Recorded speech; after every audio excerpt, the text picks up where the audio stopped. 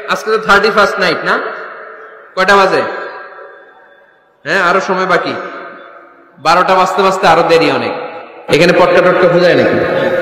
বোমা টোমা কিছু নাই না? মাশাআল্লাহ। নতুন বছরের জন্য প্ল্যান নেন, ঘরটারে কি করে সুখী সমৃদ্ধ বানাবে। ঘরে কোরআন তেলাওয়াত করুন। কি তেলাওয়াত? কোরআন তেলাওয়াত নাই, ঘরে তেলাওয়াত নাই, ফজরের পরে তেলাওয়াত নাই, সব ঘুম আর ঘুম। আছে না নাই? তো রহমত বরকত ঢুকবে কেমনে? ঘরে কোরআন তেলাওয়াত করুন। হাজবেন্ড তার ওয়াইফকে কোরআন তেলাওয়াত শোনাবে, ওয়াইফ তার হাজবেন্ডকে শোনাবে, বাবা তার সন্তানকে শোনাবেন, সন্তান বাবাকে শোনাবেন। প্রতি মাসের জন্য একটা সূরাকে নির্ধারণ করুন যে আমরা সবাই মিলে এই মাসে এই সূরাটা মুখস্থ করব। পারা যাবে? আওয়াজ করে বলেন তো, সূরাতুদ দোহা এটা কি খুব বড় সূরা? কথা কয় না। সূরাতুদ দোহা কি বড় সূরা না ছোট সূরা? তো এক মাসে কি এই সূরাটা মুখস্থ করা যাবে না? কথা বলে। ওয়াত্তিনি ওয়াজ-যাইতুন ওয়া তুরি সিনিন এটা কি বড় সূরা? এক মাসে পারা যাবে না? প্রতি মাসের জন্য একটা করে সূরা নির্ধারণ করুন।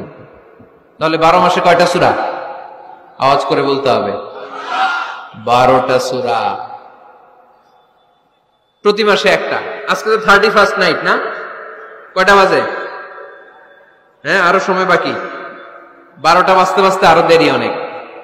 এখানে পটকা টটকা খোঁজায় নাকি? বোমা টোমা কিছু নাই না? মাশাআল্লাহ। সুজানগরের লোক তো খুব আল্লাহওয়ালা দেখি। আল্লাহ কবুল করুক। এই যে নতুন বছরের জন্য প্ল্যান নেন, ঘরটারে কি করে সুখী সমৃদ্ধ বানাবেন। প্রতি মাসের জন্য কয়টা সূরা? 12 মাসে তাহলে কয় সূরা? 12 সূরা।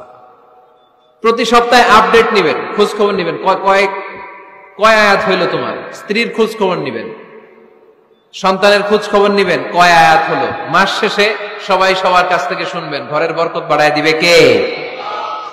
এরকম ফ্যামিলি আমাদের সবার হোক, আমরা চাই না? হ্যাঁ, স্ত্রী তার স্বামীকে কোরআন তেলাওয়াত করে শোনায়, স্বামী তার স্ত্রীকে কোরআন তেলাওয়াত করে শোনায়, বাবা তার সন্তানকে কোরআন তেলাওয়াত করে শোনায়, সন্তান তার বাবাকে কোরআন তেলাওয়াত করে শোনায়। আপনার ছেলে মেয়েরা যখন কোরআন পড়ে আওয়াজ করে পড়তে বলেন, যাতে ভুল হলে শুধরে দিতে পারেন।